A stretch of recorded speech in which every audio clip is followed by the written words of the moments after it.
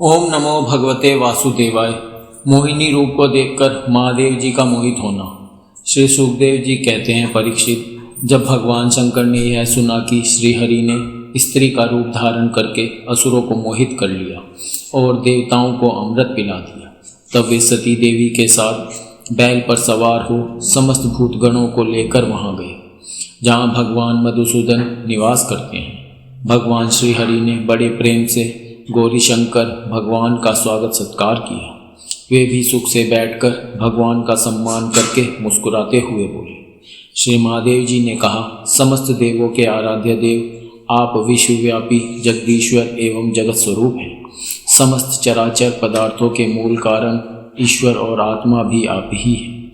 इस जगत के आदि अंत और मध्य आपसे ही होते हैं, परंतु आप आदि मध्य और अंत से रहित हैं।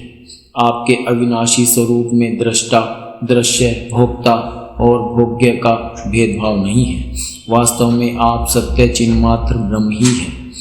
कल्याणकामी महात्मा लोग इस लोक और परलोक दोनों की आसक्ति एवं समस्त कामनाओं का परित्याग करके आपके चरण कमलों की ही आराधना करते हैं। आप अमृत स्वरूप, समस्त प्राकृत गुणों से रहित, शोक की छाया से भी दूर स्वयं परिपूर्ण ब्रह्म हैं। आप केवल आनंद स्वरूप हैं। आप निर्विकार हैं। आपसे भिन्न कुछ नहीं है, परंतु आप सबसे भिन्न हैं। आप विश्व की उत्पत्ति, स्थिति और प्रलय के परम कारण हैं। आप समस्त जीवों के शुभाशुभ कर्म का फल देने वाले स्वामी हैं, परंतु यह बात भी जीवों की अपेक्षा से ही कही जाती है। वास्तव में आप सबकी अपेक्षा से रहित अनपेक्ष हैं। स्वामी, कार्य और कारण, द्वैत और अद्वैत जो कुछ है वह सब एकमात्र आप ही हैं। ठीक वैसे ही जैसे आभूषणों के रूप में स्थित स्वर्ण और मूल स्वर्ण में कोई अंतर नहीं है, दोनों एक ही वस्तु हैं। लोगों ने आपके वास्तविक स्वरूप को न जानने के कारण आप में नाना प्रकार के भेदभाव और विकल्पों की कल्पना कर रखी है। यही कारण है कि आप में किसी प्रकार की उपाधि न होने पर भी गुणों को लेकर भेद की प्रतीति होती है। प्रभु, कोई आपको ब्रह्म समझते हैं तो दूसरे आपको धर्म कहकर वर्णन करते हैं। इसी प्रकार आपको प्रकृति और पुरुष से परे परमेश्वर मानते हैं, तो कोई विमला, उत्कर्षिणी, ज्ञाना, क्रिया, योग्या, प्रही, सत्या, ईशाना और अनुग्रह, इन 9 शक्तियों से युक्त परम पुरुष तथा दूसरे क्लेश कर्म आदि के बंधन से रहित पूर्वजों के भी पूर्वज अविनाशी पुरुष विशेष के रूप में मानते हैं। प्रभु, मैं ब्रह्मा और मरीचि आदि ऋषि जो सत्वगुण की सृष्टि के अंतर्गत हैं, जब आपकी बनाई हुई सृष्टि का भी रहस्य नहीं जान पाते, तब आपको तो जान ही कैसे सकते हैं। फिर जिनका चित्त माया ने अपने वश में कर रखा है और जो सर्वदा रजोगुणी और तमोगुणी कर्मों में लगे रहते हैं, वे असुर और मनुष्य आदि तो भला जानेंगे ही क्या। प्रभु, आप सर्वात्मक एवं ज्ञान स्वरूप हैं, इसीलिए वायु के समान आकाश में अदृश्य रहकर भी आप संपूर्ण चराचर जगत में सदा सर्वदा विद्यमान रहते हैं तथा इसकी चेष्टा, स्थिति, जन्म, नाश, प्राणियों के कर्म एवं संसार के बंधन, मोक्ष सभी को जानते हैं। प्रभु, आप जब गुणों को स्वीकार करके लीला करने के लिए बहुत से अवतार ग्रहण करते हैं, तब मैं उनका दर्शन करता ही हूँ।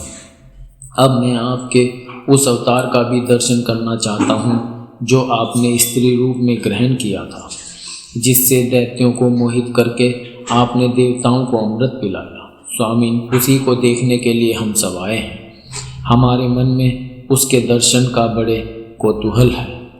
श्री सुखदेव जी कहते हैं, जब भगवान शंकर ने विष्णु भगवान से यह प्रार्थना की तब वे गंभीर भाव से हंसकर शंकर जी से बोले।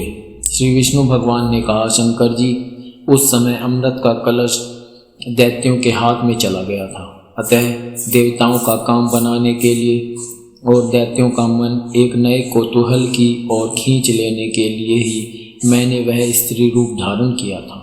देव शिरोमणि, आप उसे देखना चाहते हैं, इसलिए मैं आपको वह रूप दिखाऊंगा, परंतु वह रूप तो कामी पुरुषों का ही आदरणीय है, क्योंकि वह काम भाव को उत्तेजित करने वाला है।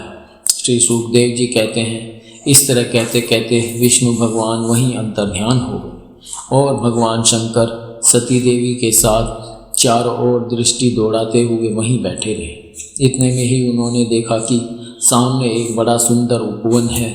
उसमें भांति भांति के वृक्ष लग रहे हैं जो रंग बिरंगे फूल और लाल लाल कोपलों से भरे पूरे हैं। उन्होंने यह भी देखा कि उस उपवन में एक सुंदरी स्त्री गेंद उछाल उछाल कर खेल रही है। वह बड़ी ही सुंदर साड़ी पहने हुए है और उसकी कमर में करधनी की लड़ियां लटक रही हैं। गेंद के उछालने और लपक कर पकड़ने से उसके स्तन और उन पर पड़े हुए हार हिल रहे हैं। ऐसा जान पड़ता था मानो इनके भार से उसकी पतली कमर पग पग पर टूटते टूटते बच जाती है। वह अपने लाल लाल पल्लवों के समान सुकुमार चरणों से बड़ी कला के साथ ठुमुक ठुमुक चल रही थी। उछलता हुआ गेंद जब इधर उधर झलक जाता था तब वह लपक कर उसे रोक लेती थी। इससे उसको बड़ी बड़ी चंचल आंखें कुछ उद्विग्न सी हो रही थी। उसके कपोलों पर कानों के कुंडलों की आभा जगमगा रही थी और घुंघराली काली काली अलकें उन पर लटक आती थी, जिससे मुख और भी उल्लसित हो जाता था। वह जब कभी साड़ी सरक जाती और केशों की वेणी खुलने लगती तब अपने अत्यंत सुकुमार बाएं हाथ से वह उन्हें संभाल लिया करती। उस समय भी वह दाहिने हाथ से गेंद उछाल उछाल कर सारे जगत को अपनी माया से मोहित कर रही थी। गेंद से खेलते खेलते उसने तनिक सलज भाव से मुस्कुराकर तिरछी नज़र से शंकर जी की ओर देखा। बस उनका मन हाथ से निकल गया। वे मोहिनी को निहारने और उसकी चितवन के रस में डूबकर इतने विवल हो गए कि उन्हें अपने आप की भी सुधि न रही। फिर पास बैठी हुई सती और गणों की तो याद ही कैसे रहती। एक बार मोहिनी के हाथ से उछलकर गेंद थोड़ी दूर चला गया। वह भी उसके पीछे दौड़ी। उसी समय शंकर जी के देखते देखते वायु ने उसकी झीनी सी साड़ी करधनी के साथ ही उड़ा ली। मोहिनी का एक एक अंग बड़ा ही रुचिकर और मनोरम था। जहाँ आंखें लग जाती लगी ही रहती। यही नहीं, मन भी वहीं रमण करने लगता। उसको इस दशा में देखकर भगवान शंकर उसकी ओर अत्यंत आकृष्ट हो गए। उन्हें मोहिनी भी अपने प्रति आसक्त जान पड़ती थी। उसने शंकर जी का विवेक छीन लिया। वे उसके हाव भावों से कामातुर हो गए और भवानी के सामने ही लज्जा छोड़कर उसकी ओर चल पड़े। मोहिनी वस्त्रहीन तो पहले ही हो चुकी थी। शंकर जी को अपनी ओर आता देख बहुत लज्जित हो गई। वह एक वृक्ष से दूसरे वृक्ष की आड़ में जाकर छिप जाती और हंसने लगती, परंतु कहीं ठहरती न थी। भगवान शंकर की इंद्रियां अपने वश में नहीं रही। वे कामवश हो गए थे। अतः हथिनी के पीछे हाथी की तरह उसके पीछे पीछे दौड़ने लगे। उन्होंने अत्यंत वेग से उसका पीछा करके पीछे से उसका जूड़ा पकड़ लिया और उसकी इच्छा न होने पर भी उसे दोनों भुजाओं में भरकर हृदय से लगा लिया। जैसे हाथी हथिनी का आलिंगन करता है, वैसे ही भगवान शंकर ने उसका आलिंगन किया। वह इधर उधर खिसक कर छुड़ाने की चेष्टा करने लगी। इसी छीना झपटी में उसके सिर के बाल बिखर गए। वास्तव में वह सुंदरी भगवान की रची हुई माया ही थी। इससे उसने किसी प्रकार शंकर जी के भुजपास से अपने को छुड़ा लिया और बड़े वेग से भागी। भगवान शंकर भी उन मोहिनी वेशधारी अद्भुत कर्मा भगवान विष्णु के पीछे पीछे दौड़ने लगे। उस समय ऐसा जान पड़ता था मानो उनके शत्रु कामदेव ने इस समय उन पर विजय प्राप्त कर ली है। कामुक हथिनी के पीछे दौड़ने वाले मदोन्मत्त हाथी के समान वे मोहिनी के पीछे पीछे दौड़ रहे थे। यद्यपि भगवान शंकर का वीर्य अमोघ है, फिर भी मोहिनी की माया से वह स्खलित हो गया। भगवान शंकर का वीर्य पृथ्वी पर जहाँ जहाँ गिरा वहाँ वहाँ सोने चांदी की खानें बन गई। परीक्षित, नदी, सरोवर, पर्वत, वन और उपवन में एवं जहाँ जहाँ ऋषि मुनि निवास करते थे वहाँ वहाँ मोहिनी के पीछे पीछे भगवान शंकर गए थे। परीक्षित, वीर्यपात हो जाने के बाद उन्हें अपनी स्मृति आई। उन्होंने देखा कि अरे, भगवान की माया ने तो मुझे खूब छकाया। वे तुरंत उस दुखद प्रसंग से अलग हो गए। इसके बाद आत्मस्वरूप सर्वात्मा भगवान की यह महिमा जानकर उन्हें कोई आश्चर्य नहीं हुआ। वे जानते थे कि भला भगवान की शक्तियों का पार कौन पा सकता है। भगवान ने देखा कि भगवान शंकर को इससे विषाद या लज्जा नहीं हुई है। तब वे पुरुष शरीर धारण करके फिर प्रकट हो गए और बड़ी प्रसन्नता से उनसे कहने लगे।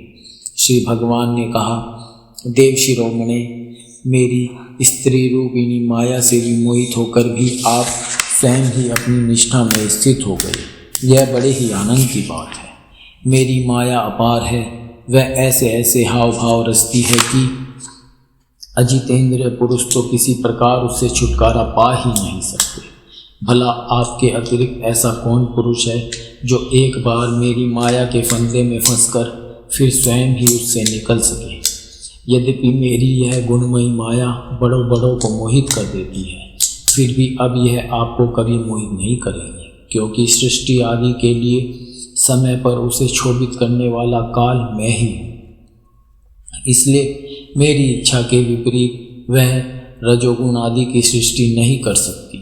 श्री सुखदेव जी कहते हैं, परीक्षित, इस प्रकार भगवान विष्णु ने भगवान शंकर का सत्कार किया। तब उनसे विदा लेकर एवं परिक्रमा करके वे अपने गणों के साथ कैलाश को चले गए। भरतवंश शिरोमणि, भगवान शंकर ने बड़े बड़े ऋषियों की सभा में अपनी अर्धांगिनी सती देवी से अपने विष्णु रूप की अंशभूता मायामयी मोहिनी का इस प्रकार बड़े प्रेम से वर्णन किया। देवी, तुमने परम पुरुष परमेश्वर भगवान विष्णु की माया देखी। देखो, यूँ तो मैं समस्त कला कौशल विद्या का स्वामी और स्वतंत्र हूँ, फिर भी उस माया से विवश होकर मोहित हो जाता हूँ। फिर दूसरे जीव तो परतंत्र हैं ही, अतः वे मोहित हो जाएं, इसमें कहना ही क्या है। जब मैं 1000 वर्ष की समाधि से उठा था, तब तुमने मेरे पास आकर पूछा था कि तुम किसकी उपासना करते हो। वे यही साक्षात सनातन पुरुष हैं। न तो काल ही इन्हें अपनी सीमा में बांध सकता है और न वेद ही इनका वर्णन कर सकता है। इनका वास्तविक स्वरूप अनंत और अनिर्वचनीय है। श्री सुखदेव जी कहते हैं, प्रिय परीक्षित, मैंने विष्णु भगवान की यह ऐश्वर्यपूर्ण लीला तुमको सुनाई, जिसमें समुद्र मंथन के समय अपनी पीठ पर मंदराचल धारण करने वाले भगवान का वर्णन है। जो पुरुष बार बार इसका कीर्तन और श्रवण करता है, उसका उद्योग कभी और कहीं निष्फल नहीं होता, क्योंकि पवित्र कीर्ति भगवान के गुण और लीलाओं का गान संसार के समस्त क्लेश और परिश्रम को मिटा देने वाला है। दुष्ट पुरुषों को भगवान के चरण कमलों की प्राप्ति कभी हो नहीं सकती। वे तो भक्ति भाव से युक्त पुरुष को ही प्राप्त होते हैं। इसी से उन्होंने स्त्री का माया में रूप धारण करके दैत्यों को मोहित किया और अपने चरण कमलों के शरणागत देवताओं को समुद्र मंथन से निकले हुए अमृत का पान कराया। केवल उन्हीं की बात नहीं, चाहे जो भी उनके चरणों की शरण ग्रहण करे, वे उसकी समस्त कामनाएं पूर्ण कर देते हैं। मैं उन प्रभु के चरण कमलों में नमस्कार करता हूँ।